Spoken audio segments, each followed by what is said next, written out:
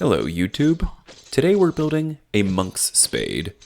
Although a classic weapon in Chinese martial arts, the monk's spade, or Shaolin spade, is much less well known in the West. You may remember it from the scene in World War Z where it was used by a blind monk to decapitate a horde of zombies. Oh right, they cut that, and basically the entirety of the book, so we could just follow Brad Pitt around. At least the wall scene was kinda cool, I guess. Anyway, a monk's spade is a two-sided polearm that developed from the shovels that Buddhist monks would carry while traveling. The large, flat spade side would be used to bury any corpses they came across along the road, which I guess was apparently a pretty common occurrence. The crescent side was used for defense against wild animals, catching them at the neck and holding them at bay. For my design, I'm leaning into the crescent moon aesthetic, with the phases of the moon imprinted on the crescent head of the weapon. After it's cast, these indents will be filled with colored epoxy. The crescent blade is printed in two halves and packed with Petrobond sand to make the mold.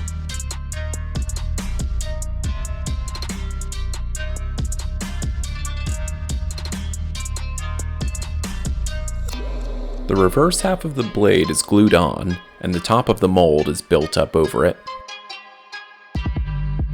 A layer of talcum powder ensures that the two halves will separate cleanly.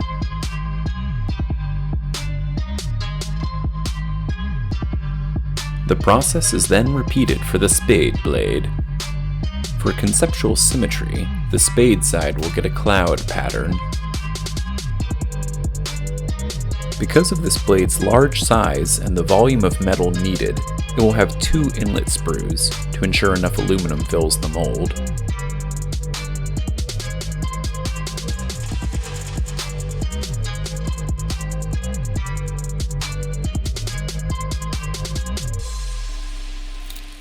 To make the socket for the wooden shaft, a plaster core is cast in the shape of the desired cavity, which will be stuck into the center of the mold.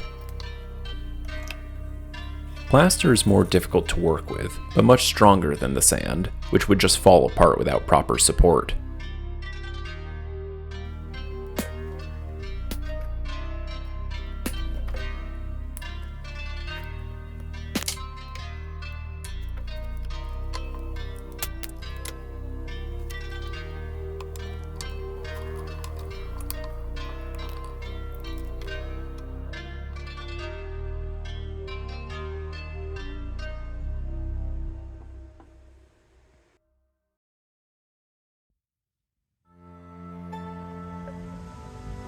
We're loading up the crucible with ingots of aluminum, previously melted down from soda cans.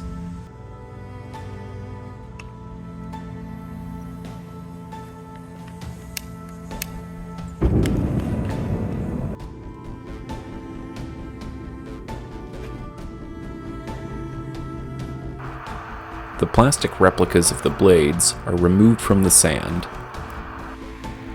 Tapping helps them separate. Even so, a little bit of the sand breaks off due to the fine details. The plaster core is wedged into place between the two halves of the mold.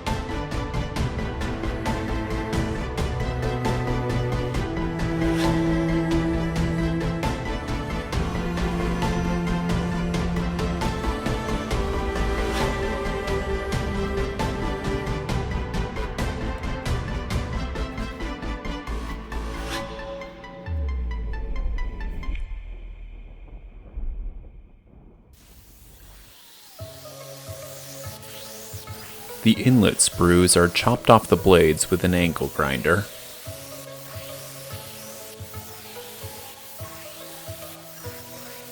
We then grind the edges until sharp, and even out any imperfections left from the casting. Both sides had pretty major flaws in their sockets, due to the plaster core cracking during the pour. For future projects, I'll need to find ways to better support the core.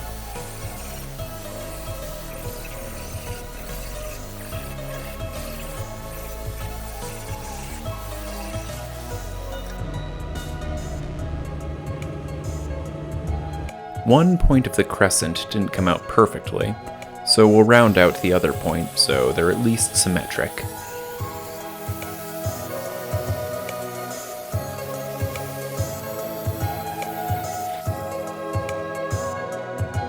The blades are then sanded with the belt sander with increasingly fine grits until they're nice and shiny.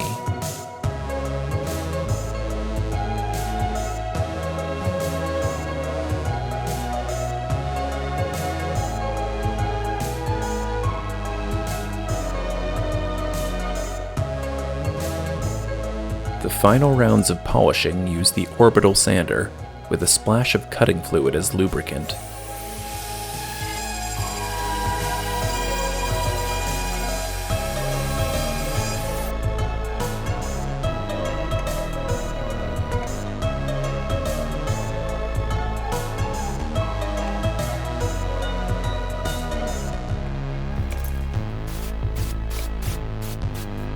The indents for the moon and cloud patterns are painted. This will form a base coat for an epoxy infill.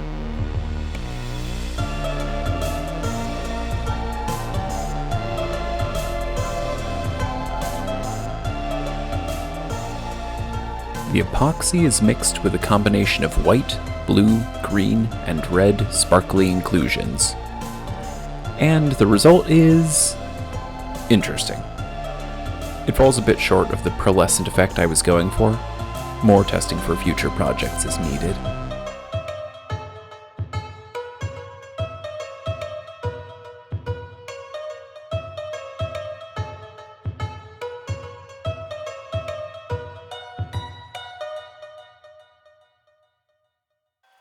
For the shaft, we're starting with a 1 1/4 inch wide dowel and using the planer to cut flats on both sides. This will help with indexing the edge direction of the blades, and will help the shaft fit better in the hand. The sharp edges left by the planer are rounded off with the sander. Some rough cuts are made on each end of the shaft, and they're sanded with a coarse grit until they have a conical shape.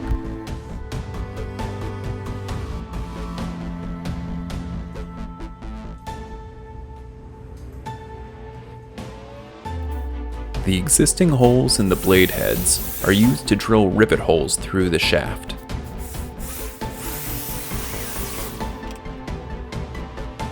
I then give my shaft a thorough rub with some wood stain. This is followed by a shellac spray.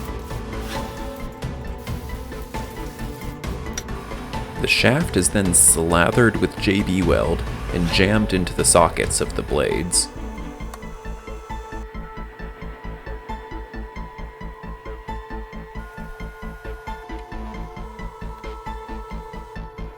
An aluminum dowel is driven into the shaft to create a more secure bond.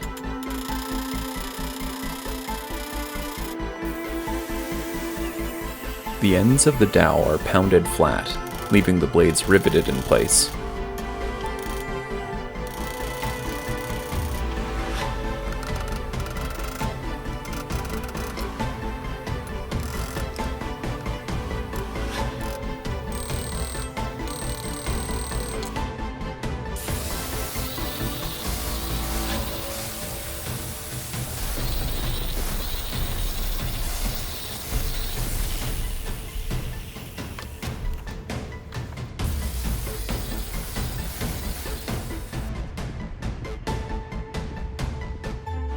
Now it's time to deal with those gaping holes in the sockets.